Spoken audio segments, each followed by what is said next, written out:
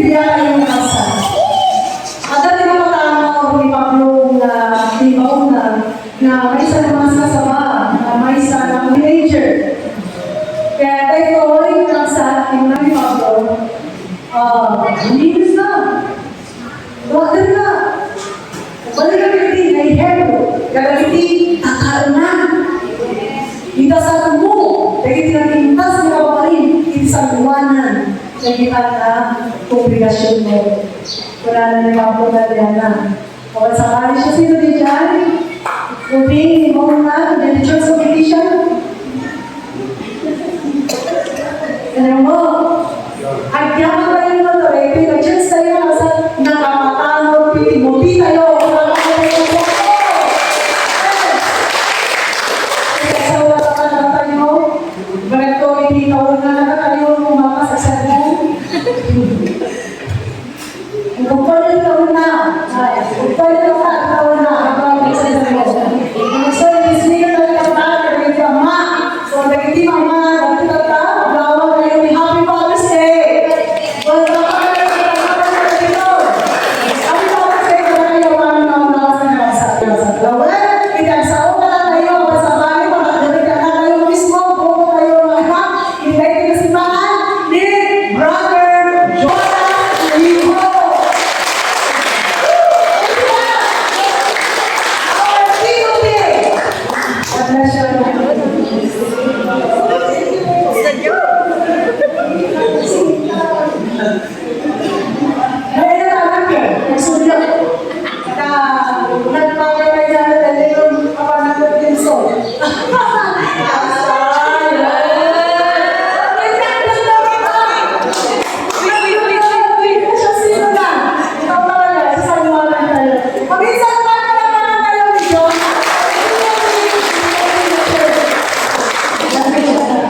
Hallelujah. Kaya aming ama, yung church, Kablawang Mayuti. Happy Father's Day ka tayo. So, wala naman kabago ngayon. Kaya ako lang tayo malayo. So, hallelujah. Iti, tayo pag-aalalan tatapag sa akin patungkol iti mo anak iti pabalog or ibati iti may sana ama iti aanak na nga ibati ko may iti anak na iti anak na so at ito iti 6 ways God calls a dad to bless the next generation. So, iti tayo putusin na kapsa natin biglang ako yung the Father. Yung bago tayo patigay, dapat tinamagin. Si kayo nga ama, ipabalo nyo. Ibati nyo, mapakalagalipan, dali anak nyo palagay. So, ipabalo nyo, mga literal na itidyo. Imining na rin kakapsa, rin niya, pakalagaripan na ito, kasuro, magabukan na yung mga ama. So, at dalilad ng mga ama, itidda ay sa fear. At ibati lang na fear, kung nadadyan na the world is dangerous. Ang kanakalit o kay sino. Dagiti, dilad ng mga mayroon. Dilad ng mga ibati lang fit performance. Be first, make me proud. Dapat sika first. Dapat mapag-proud. Dapat maging proud kami kanya. Kasi pabalog lang. Dilad ng mga pabalog lang ibati lang money. I'll give you everything, except my time. So, ngayon, 4,000 years ago, at dati may sana ama, ngayon kami ako doon sa blueprint. Bago suna na tayo, tinagal namin ang ama kapsa ni Abraham. Bago na tayo ni Abraham, hingga na Isaac, itipabalo. Hanga balik ko, mga silver na diamond. Tiniggal na ni Isaac, itipabalo. Hindi pabalo ng English na. Isundot yung pagtutungtungan ka rin naman. Itayo tayo man, itiinin, katayat niya ako o Brian, iti fathers, tapos mabendisyonan ni sumarunong na henerasyon. At yung may katabsat, iti may itim pamana ni Abraham Tinesa. First, pagtutulungan tayo, iti F, faithful to God. Iti may sana ama masabol na faithful kini ako Diyos. Tapos surutin may iti anak na. Faithful to God means putting Him first before work. Yung unahan ni ako Diyos bago iti trabaho, bago iti kwarta, iti bago iti plano na. Iti may sana ama na loyal kini ako Diyos, kit makungguna ka loyal nila iti asawa na kini iti anak na. Hallelujah. Amen. So, apa yung faithful to God, apa yung importante ano yung tinay sa nama. Dagi yung bigtata, handa mamati, handa na atol no, sumurot kini ako Diyos, no handa na kita itamara. Ngayon, at dahil dumamit na mamati na because at dahil nakakitaan daw yung kaya banda. So, kids won't follow God if they don't see their dad follow God. Hallelujah. Your vertical relationship with God sets the tone for every relationship at home. Doon may isa ka ama, kit naman may isa ka pamilya, kit amin, na dadjay na unik tibubong na pagtatainan na kit mamatira. So, iti relasyon mo kit ako Diyos, iti siga nga ama, iti relasyon mo kit ako Diyos, kit mangikit, Diyos, iti mangikit din, iti relasyon nyo, iti unik, iti balay. So, una na di Matthew 6:33, seek ye first the kingdom of God and His righteousness, and all these things will be added unto you. Hindi may isang ama na faithful to God, kaya isuti pinaka-pas, hindi pamilya. Isuti pinaka-makituturo, hindi pamilya at handa na mapunta. So, the focus. Iti may isang ship, ilustrasyon ng kapsa. Iti may isang ship na awat ni kumpas na, kita na mo ipagpurungan na. Mamati kayo di kapsa? So, iti may isang ship, iti may isang pagtainan. Awan, iti pinaka-kumpas, iti may isang pagtainan, iti mapukaw. Hanga leader na mapukaw, ngayon mapukaw spiritually, kapsat. So, a faithful fathers, isusuro ng tutulong na iti pamilya na iti ako, iti Lord, na saan kini ako Diyos. Hallelujah. So, alright, F, pantay sumarunong A, altar builder. Iti pamatitaan, iti Genesis 12:8. There we built an altar to the Lord and called on the name of the Lord. Ano ba kapsat imamumuna ng altar? Literal ba? Hindi magbalang literal? Or as a mga kapatid. So what is an altar in Bible terms? Iti altar kapsat ikhanlang ato, ikhanlang rocks kapsat, mga literal na table or inata, it was a meeting place between God and a man. So, yung pinaka-relasyon, pinaka-makikog-connect, kini ako Diyos, kaya hindi may isa na tao. It's where it's where you remember what God did. Number 2, it's where you repent from sin, or it's where you renew your relationship at the altar ng Pagsa. Iso di bang i-connect dito ng Pagsa. So, iti may isang ama, altar builder. Kita agararami iti meeting place, iti family na, iti ako Diyos. Hallelujah. God builds a meeting place with God in His home. Not just physical altars, but rhythms, habits, moment, where His family knows. This is where we meet God na nagkay. So, apa yung importante ngayon may isang ama, may isang pagkainan, altar builder. Why it matters for dads today? Ato yung karapsat, sagot na. Then, yung karapsat, yung aramida, iti altar, kapara kini ako Diyos, pusa na agaramit iti altar, yung para kini ako Diyos. Agaramit iti altar of entertainment, for short, altar iti TikTok and gaming, susunod pa nila ng habit.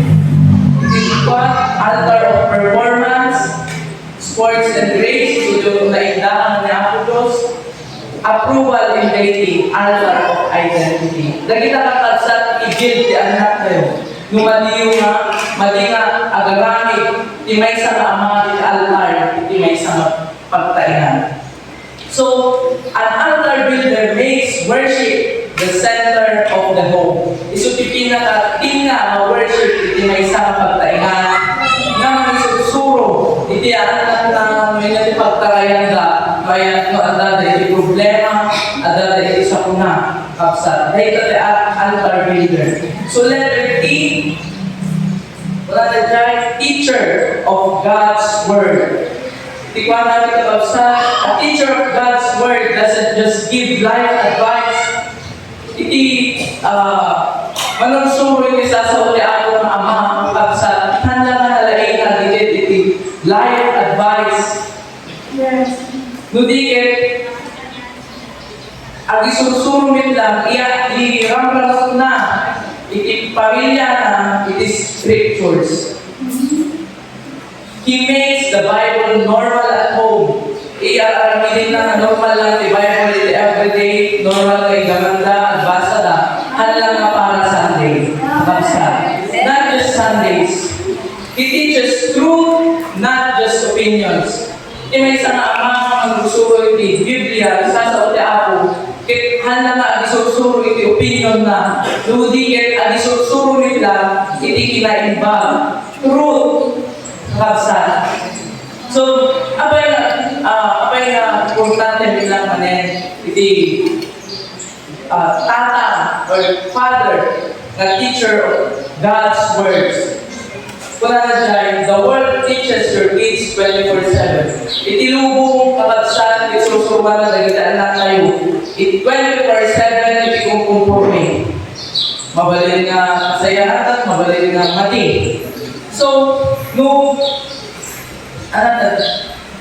if you don't teach them God's word, kung ano yung ginawa ama, ano isuruan, iti anak yun, iti God's words, sa bali ni may suro kalagita.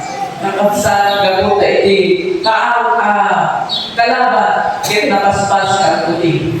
Kung tariyain na, dagili na kapoy, dagili awal ang muna kinaakulos. Hallelujah. So, kung na dito, may 6-7, kung na dyan, these commandments, impress them on your children. Talk about them when you sit at home and when you walk. Kung yung kasalot na isuro, mabalin na agtutulog kayo na, mabalin na magmaman kayo, mabalin na magkapi kayo, isuro yun. Mas dyan yung kapsa. Hallelujah.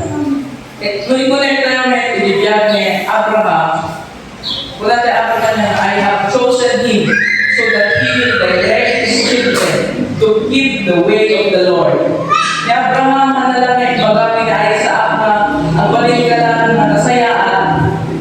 Ibaga, ni Abraham, kinaay sa insuro ni Abraham, kinaay sa akin, di dalan nga the way of the Lord using God's truth at agsan. Ano kumain, makita, may isa na ama. So, upon 28, the hero of protection. A hero, father, is a gatekeeper. Isulat ni sa pinaka-guard, may isa na pagtailan. He sets godly boundaries because love protects. Hanggang literal na talaga nagbantay ka na tayo.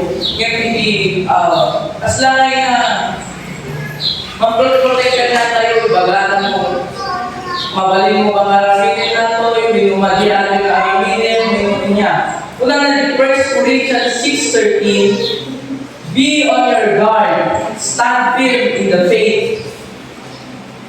Stand firm in the faith, Abraham. Stand firm in the faith. At tagdag ka, iti pamati, kung si Katit may isang ama, binagsasabi nga ama, iti may isang pagkain. At yung mensahe katapsat, itan lang na dali talaga na ama. Para itan dali dali agsasabi nga ama, iti may isang pagkain. Yung may isang pamilya. So, reconnect na rin lang ngayon ng bigyan ni Abraham. Una na kinaay sa app na do not take a wife from the Canaanites. Una na kin Abraham ay kinaay sa app nga kaagala ay asawang nga nagabuhi kay Canaanites. Nyamiting ko na agala ka at asawang nakabuting na ni ang Diyos ko. Hallelujah. Kasabi na, di ba isang ama, isulat ni mga desisyon or it the advice na decision para iti-anak na, para iti-pagdakilan na. Hallelujah. So, Lusika, iti ato yung amang hero of protection, thank you for being the gatekeeper of your family. Your no, iti madi ngayon, was love we didn't understand them. Minsan iti madi or no, natin aramidin may bagayo, kit may isa nga panagayat, ng maminsan kami maawalan nga anak yun. So, bantay di letter E, encourager. The encourager an encourager father speaks blessings, not curse. His words build identity and courage. Kuna na di Ephesians 6:4, kuna na dyan, bring them up in the training and instruction of the Lord. Encourage tayo, dagitaan lang tayo mabagsak na agbyag when makipag na, iti kaya ni ang Diyos na pamananda.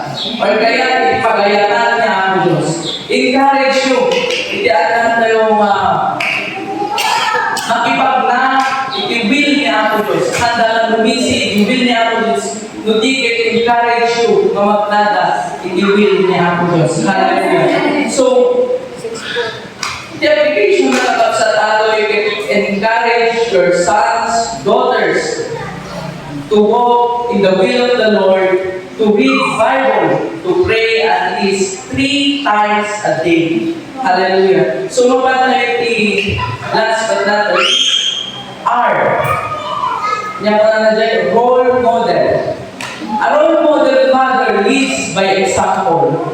Hindi may isang role model father na baksa, may isang example di pamilya na. Isuiti, kids, a role model father leads by example. Kids, do what you do more than what you say. Your life is their loudest sermon. Itibiyag, iti may isang ama na nasaya at isutipi na ka napiksa na sermon, iti anak na. Hanman nga ungit, yung isuti pa kakitaan na, ititultulan nila, anak. So, be a role model father. Apa yung importante nga, balik nga role model? Wala na di 1 Corinthians 11:1, be imitators of me as I am of Christ. Di Paul pinagsurat ni Kabagsa, yung hanay baga ang copy me, because he was copying Jesus. So, una dito yung 1 Corinthians 11:1, una ni Paul dito yung natuladin na, gapo na siya, tutuladi ni ang Diyos. Una na dyan. Hallelujah. So, reconnect tayo, ibibiyag ni Abraham. Abraham obeyed, una na di Genesis 26:5, Abraham obeyed me and kept my requirements. Isaac inherited faith because he watches Abraham give it. No, apay na naala na Isaac faith nga naunig because nakita na tatan na nga naunig ni faith na. Nakita na sa nung mga abwen ni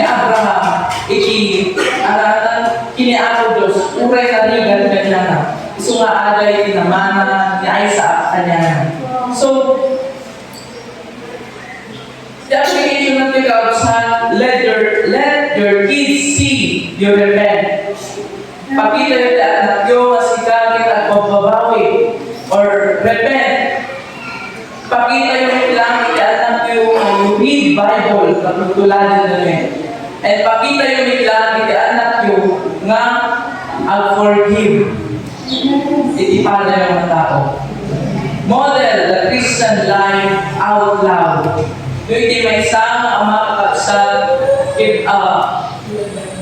isunod ay balik na role model pagtainan ka at ating kapipigsaan na sermon na hangalangin. Kapipigsaan na hanga makatitig kakabsat. Talabang kita na sika, at pagpakawan ka, sika, you repent, you read your Bible, you forgive, makita ipamanin kini ang Diyos, sika titularan na. As lang ni Isaac, at tinulad na, nakita na kini amana ng Abraham. So, closing ko pagsat, dabang pa. Bago na tayo ni Abraham, isunod natin, he packed Isaac's backpack with F-A-T-H-E-R. Nag-ibagin ni Abraham iti faithful to God, or God first. Nag-ibagin ni Abraham iti Isaac, God first, altar builders, teacher of God's word, hero of protection, and encourager, and a role model. At ating bagi ni Abraham, na Isaac, na kaya namin na Isaac, na isuro, iti ama dito yung kongregasyon, na isuro nito, iti ama dito yung kongregasyon, iti anak na. Hallelujah. So, if dad get, hanggang panutin, aduman di baga, ngayon iti kailangan nila maraminin dyan, it faithful to God and teacher of God's word. Apay ko lang. Kung natin natin nag-isurong, apay na baga na kayo nagawag na rin, hanggang kailangan ko na ating edison na kalsat. Gaputan mo na, kailangan nyo, muna aramidin nyo, faithful to God and the teacher of God's word. Apay nga baga atay, gapu, apay na duwa, faithful to God and a teacher of God's words, mag-over na ang kanyang baga kalsat. The other letters will follow. So, inaraming mga pinagawa, nalilidad mga sumurot, minumag-cover na. Because a dad who knows God and teaches God's word raises kids who can stand when He is not around. Hallelujah. So, iti may baga ay conclusion to Babsan, the world doesn't need dads who are great at giving advice. The world needs dads who are faithful to God and teachers of God's word at home. Yes. And the world needs a father that blesses the next generation. Verse kanan mga ama, Psalm 78:4-6. We will tell the next generation the praiseworthy deeds of the Lord, so the next generation would know them, even the children yet to be born, and they in turn would tell their children. Hallelujah! Hallelujah! Madaydayaw na ako makapsa, itipasang pastor.